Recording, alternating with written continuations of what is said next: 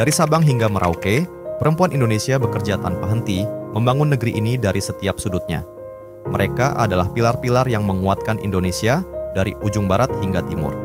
Tapi, di balik keberagaman dan kekayaan budaya, ada satu hal yang harus kita pastikan. Pelindungan bagi setiap pekerja perempuan, dimanapun mereka berada. Di tengah upaya memajukan Indonesia, kita tidak bisa menutup mata terhadap kenyataan pahit. Kekerasan dan perlakuan tidak menyenangkan di tempat kerja masih bisa terjadi, mengancam rasa aman dan martabat perempuan-perempuan ini.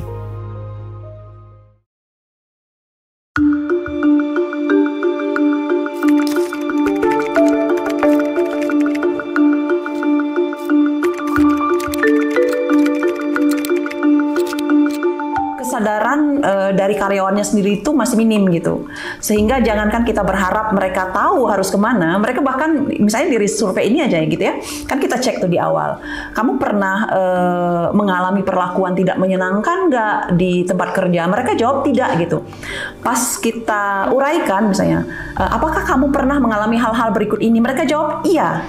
Padahal itu adalah perlakuan tidak menyenangkan gitu, dan seharusnya tidak boleh mereka alami. Jangan-jangan di kasus pelecehan seksual juga begitu gitu. Ada yang perlakuan yang mungkin sudah lingkungan kerjanya sudah demikian terbiasa, dia mengalaminya, tapi dia tidak sadar bahwa itu pelecehan seksual gitu. Jadi dianggap biasa aja. Jadi untuk perlakuan tidak menyenangkan ini secara garis besar itu sebenarnya efeknya ada dua, dampaknya ada dua. Itu dampak personal, dampak yang dialami oleh si korban sendiri, kemudian juga dampak profesional. Itu bagaimana sih sebenarnya dampak tersebut berpengaruh dalam dunia kerja dia gitu kan. Tapi memang sangat disayangkan masih ada sekitar 13% responden lah gitu, kurang lebih, yang masih diam saja gitu. Mereka tidak melakukan aksi apapun, mereka tidak melapor, mereka tidak melawan, seperti itu. Kita tidak hanya berbicara tentang tantangan, tapi juga solusi. Inilah kisah nyata dari perempuan-perempuan hebat yang terus berjuang. Dan inilah panggilan untuk kita semua, agar tidak ada satupun yang tertinggal, dan tidak ada satupun yang mengalami kekerasan di tengah kemajuan bangsa. Kegiatan saya setiap harinya itu, pagi-pagi jam 4 wajib bangun Pak. Kita kan memasak untuk menyiapkan sarapan untuk anak-anak, juga suami. Kebetulan suami saya kan kerja juga Pak.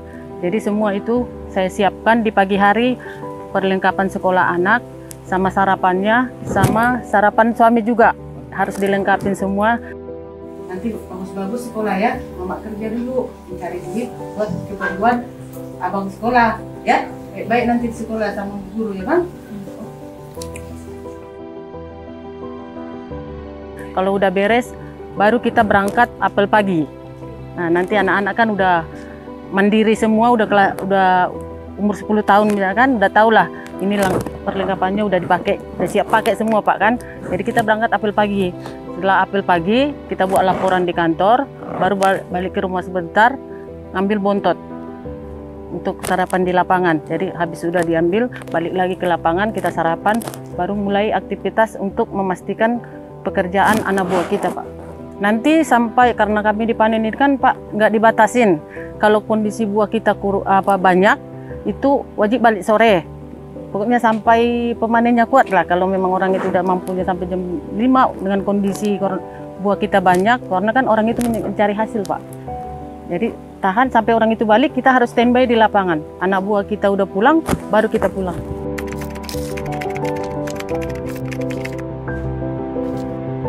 Nggak ada juga Pak. Ada juga ya? Aman-aman semuanya. Aman-aman ya? Iya. Baik-baik kok semua bapak-bapaknya. Baginya sih Pak, ya namanya perempuan ya harus bisa sana sini gitu kan. Jadi kalau di lapangan saya fokus ke pekerjaan di lapangan. Nanti kalau udah pulang ke rumah, saya fokus di rumah untuk ngurus anak-anak gitu. Saya bagi Pak. Tapi kebetulan misalnya kan ada gitu, biar di lapangan kita tanggung jawabnya di panen ini kan, kita tiba-tiba di lapangan ada masalah di lapangan, bisa ditelepon atasan kita harus standby Pak. Gitu. Tetap kita rumah keluarga nggak pernah ketinggalan. Nomor 1 memang tetap keluarga.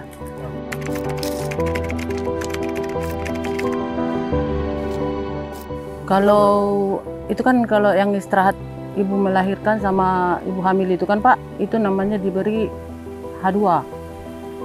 Jadi pas dia 1,5 bulan sebelum melahirkan diberi, dan setelah 1,5 bulan setelah melahirkan. Kalau cuti sakit dikasih Pak, contohnya kita macam saya sendiri lah Pak ya, sakit saya pergi ke klinik, nanti di sana diberikan surat sakit, istirahat di rumah. Kami mohon, kami ini kan ya namanya perempuan ya Pak, kalau di pekerjaan yang daerah sawit ini kan ya agak, kalau tengok kita kan agak rawan gitu ya. Tapi cuman kami himbau kok, coba permintaan kami semoga pimpinan selalu memperhatikan perempuan, bagi kaum perempuan ini gitu. Itu Pak, biar kalau kerja itu pulangnya berangkat selamat, pulangnya selamat juga.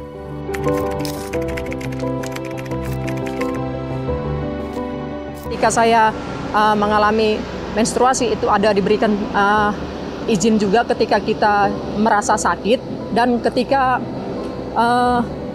kita berinteraksi di lapangan itu sejauh ini tidak ada kita mengalami perlakuan-perlakuan yang tidak memberi kenyamanan kepada kita.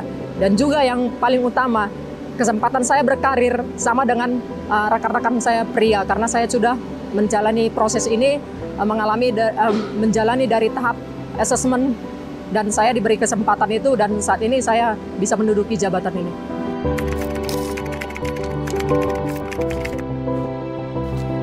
Jadi kita memastikan bahwa setiap ada pelanggaran-pelanggaran terkait dengan value kita, kode etik, pelecehan seksual, itu semua kita berikan sanksi yang tegas sesuai dengan peraturan perusahaan. Nah, di samping itu kita punya medium, Pak.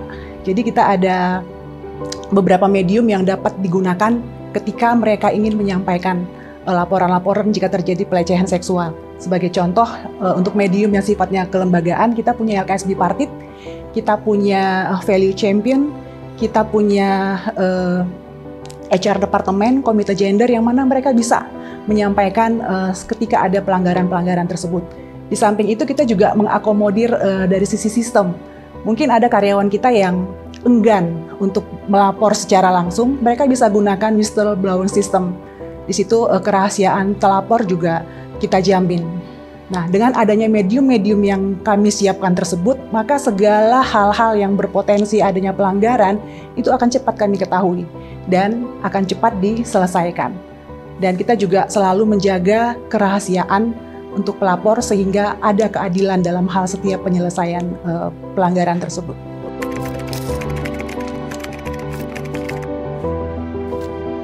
Norma ketenagakerjaan itu kan berlaku di seluruh Indonesia dan dikawal oleh pegawai pengawas kita atau pegawai pengawas ketenagakerjaan yang ada di provinsi dan pusat. Nah, oleh karena itulah terkait dengan perlindungan terhadap pekerja perempuan, kita menekankan agar pegawai pengawas kita juga memberikan tekanan ya, atau memberikan satu perhatian khusus terkait dengan implementasi atau pengawalan terhadap norma ketenagakerjaan terkait dengan perlindungan perempuan ini.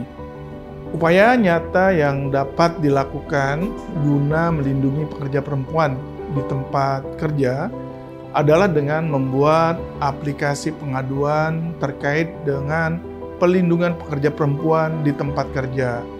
Aplikasi ini tidak hanya mengakomodir pengaduan terkait kekerasan seksual di tempat kerja, secara umum diperuntukkan dalam pengaduan terkait pelanggaran norma kerja perempuan yang termuat dalam Undang-Undang Nomor 13 Tahun 2003. Dengan diluncurkannya aplikasi pelindungan pekerja perempuan di tempat kerja, diharapkan akan mempermudah akses pengaduan bagi korban terhadap pelanggaran-pelanggaran yang terjadi di perusahaan, dan pegawai pengawas ketenagakerjaan dapat menindaklanjutinya dengan segera. Pengawasan ketenagakerjaan bukan hanya tanggung jawab satu daerah, tetapi merupakan upaya kolektif di seluruh wilayah Indonesia.